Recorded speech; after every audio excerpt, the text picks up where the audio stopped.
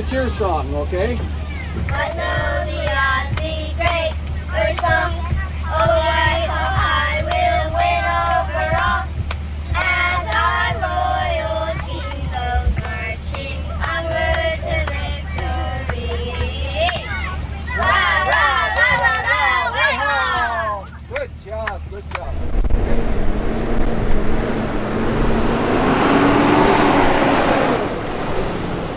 Sub driver who's 21 years old to very old. I'm hiring a driver right now who's over 70, and there's a whole lot of different dynamics, not only from different being raised in different eras, but there's also different cultural personalities, and there's a lot of unique characteristics that each person brings.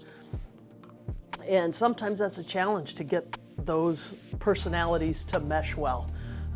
And I oftentimes will play that, that counselor role, or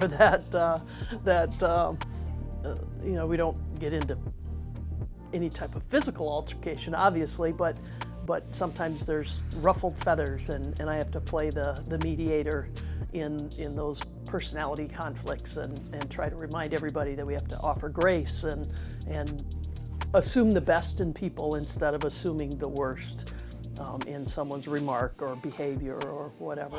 All right, so in total, all of you that have any sports practice tonight, please raise your hand. All right. And if you didn't raise your hand, how many of you are still going to go outside tonight and play? Oh, yeah. Perfect. Because do you guys remember this morning when you went to get on the bus and there was frost on the ground? It was real cold. It was 31 degrees this morning, but now we're up to 71. Make sure you guys go outside and play. It's going to be a beautiful night. When I was younger in elementary school, I actually rode the bus with my grandma.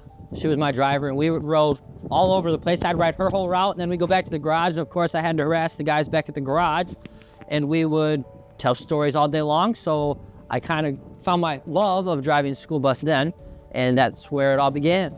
I could actually stand outside and wait for the bus, and I could tell which bus it was by the way it sounded. And so I'd be standing out there waiting with my grandpa or my grandma, and I could say, oh, that's not my normal bus, that's bus 65, or that's 72, all just off the sound of it way down the road before we could even see it. What got me into driving school buses? Well, I was totally retired for about 10 plus years, and then my wife retired, and when people normally retire, they feel that they got to keep going like they did when they worked. And so essentially she developed this list called the honey-do list, and I could never get to the end of the honey-do list. And one day out on chores for that honey-do list, I passed a sign that said they needed bus drivers at the Whitehall School. So I drove right over here and said, I can do that. And long story short, that's how I ended up getting into it and been doing it and loved it since I began. I made the decision to retire from retail management, and I actually texted Penny and said, hey, what are you doing? And she said, what are you doing? And I said, looking for a job. She said, come work for me. I said, okay. She said, are you serious or are you pulling my leg? I said, I'm serious. So she said, all right. That's how I got to driving school bus. I started as a transportation director in July of 2019, and what keeps me here is the fact that there's nothing the same any day. It is always different, and I thrive on juggling, and so I do a lot of juggling and wear a lot of different hats and enjoy being active in the district and in the department. And so there's a lot of things, from social worker to HR manager to a lot of different hats that I wear, and get to interact with my team a lot. I enjoy seeing the people, whether it's the parents at the bus stop, if it's the kids on the bus, or even my drivers back in here. I do enjoy to hoot and holler with them. They harass me just as much as I dish it back. But I enjoy the kids, talking, especially with the high schoolers and middle schoolers, so you make the connections with them. Then the elementary kids, I mean, you just hoot and holler with them, you joke with them, you ask them about what they're doing tonight or what they did last night, what they ate for lunch, what they ate for dinner. And they enjoy that type of stuff. Whereas the high schoolers, you can kind of ask them, oh, how was your game the night before? How was your evening? This, that, and the other. The biggest challenge is my age. The high schoolers, they give me a run for my money because I'm just the same age as them. Now, the adults in the beginning, they used to kind of think, oh, he's kind of young, but throughout time, I've been able to kind of show them that I can do it just the same as all the other people that drive with me. I love to interact with especially the young students. Have an enjoyable time, and I think it's important for the kids to have that one-on-one experience with a driver that enjoys spending time with them and does the things that keeps the kids interested and enjoying coming back on the bus each day. The things that I'm going to miss, of course, is the students.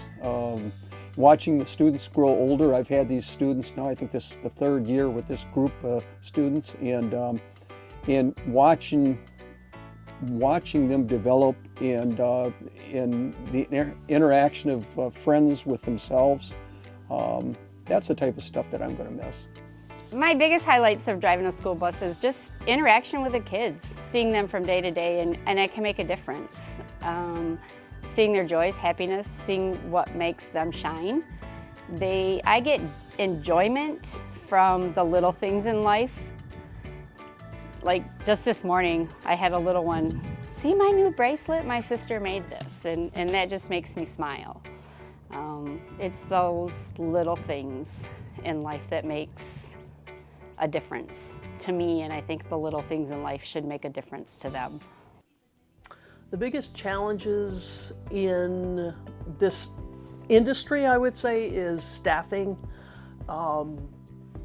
It is a challenging environment with regards to the school bus driver by nature is, a couple hours in the morning, a couple hours in the afternoon. And so it's not necessarily intended to be a full-time position that, you feed your family on. So it's a different kind of person who fills that role. Oftentimes it's someone who's retired or maybe a small business owner or something similar. Parents with kids in school who want to have that same schedule. Those are our ideal candidates. So staffing is a big challenge. The other big challenge is student behavior on the bus. Oftentimes is quite challenging especially for new drivers who haven't gotten to know their kids really well and understand what motivates each individual child. It's really hard to put a blanket, disciplinary action on the whole bus because every kid is different, and there are little nuances, and there's ways to handle kids that seek to meet them where they are and keep them safe on the bus, help them make good decisions on the bus, but also to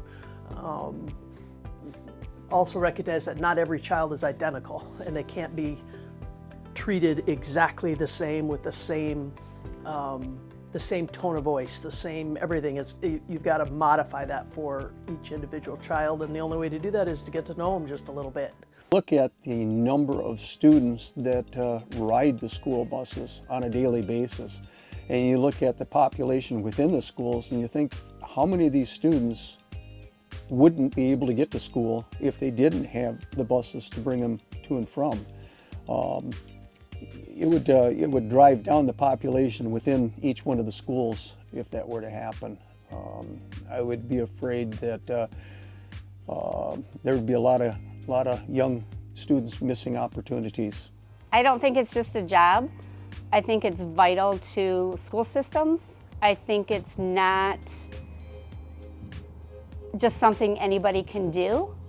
We get a lot of praise from a lot of people saying, kudos to you because I could never do that.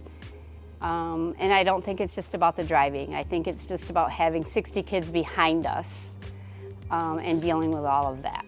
So it's not just for everybody, but I think it is for a lot of people. Being a substitute, they often ask at some point, will I ever pick up a full-time route? And I would never pick up a full-time route. I love driving a different route every single day with different kids, a different map, because I can make that connection with more people throughout the way.